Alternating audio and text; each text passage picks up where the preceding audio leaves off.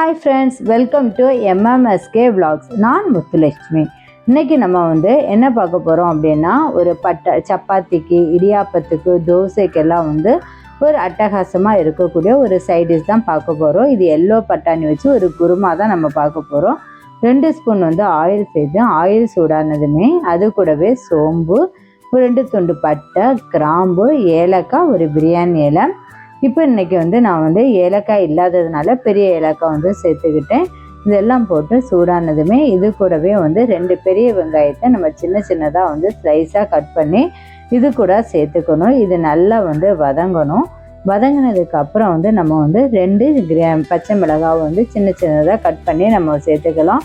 அதுவும் சேர்ந்து நமக்கு நல்லாவே வதங்கட்டும். நல்லா வதங்குற அளவுக்கு ஏன்னா இந்த வெங்காயம் கொஞ்சம் ரெட்டிஷாக நமக்கு வரணும். வந்தால் தான் நமக்கு அந்த குருமா ரொம்பவே டேஸ்ட்டாக இருக்கும்.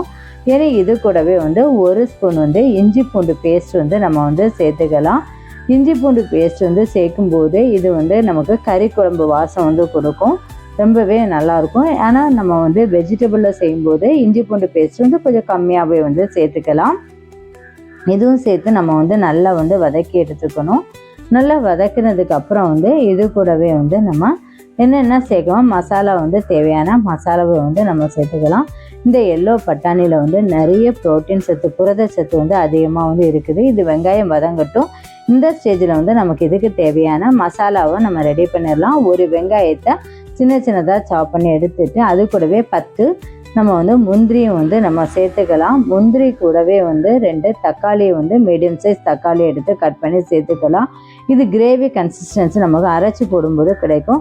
இதுக்கு ஒரு பிடி தேங்காய் நம்ம எடுத்து 3 ஸ்பூன் தேங்காய் அளவு துருவி எடுத்துக்கலாம். இது கூட கொஞ்சம் அன்னாசி பழப்பூ எடுத்துக்கலாம். 2 துண்டு அன்னாசி பழப்பூ, 1 ஸ்பூன் ஜீரகம், கொஞ்சம் நம்ம சாகி ஜீரா சேர்த்துருக்குறோம். இது 1 ஸ்பூன் சாகி ஜீரா, 4 வரமிளகாய் காரத்துக்கு சேர்த்துக்கலாம். காரத்துக்கு உங்களுக்கு தேவைக்கேற்ற மாதிரி சேர்த்துக்கலாம்.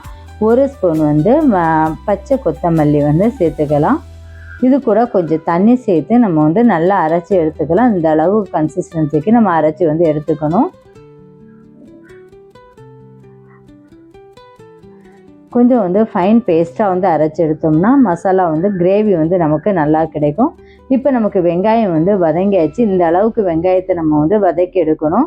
இனி நம்ம அரைச்சி வச்சுருக்கிற விழுதை இது கூடவே நம்ம சேர்த்துக்கலாம். சேர்த்துட்டு தேவையான அளவு தண்ணியும் சேர்த்துக்கலாம். சேர்த்துட்டு இது ஒரு கைப்பிடி புதினாவும் செய்தும் வாசனைக்கு கருவேப்பிலையும். இப்போ புதினா நம்ம சேர்க்கும்போது வாசம் ரொம்பவே நல்லாயிருக்கும். அதனோட டேஸ்ட்டும் நமக்கு நல்லாயிருக்கும். இது கொதிக்கிற ஸ்டேஜில் நான் 100 கிராம் சோயா எடுத்துருக்கிறேன். இந்த சோயாவை ஊற வச்சு எடுத்துருக்கிறேன். அதை 2ஆக கட் பண்ணி நம்ம இது கூட சேர்த்துக்கலாம். சோயா சேர்க்கும்போது நமக்கு டேஸ்ட் இன்னும் அந்த பசங்களுக்கு அந்த சோயாவோட டேஸ்ட் ரொம்பவே நான் பிடிக்கும். அதே நேரத்தில் நம்ம நான் இன்றைக்கி எல்லோ கலர் பட்டாணி தான் எடுத்துருக்கிறேன்.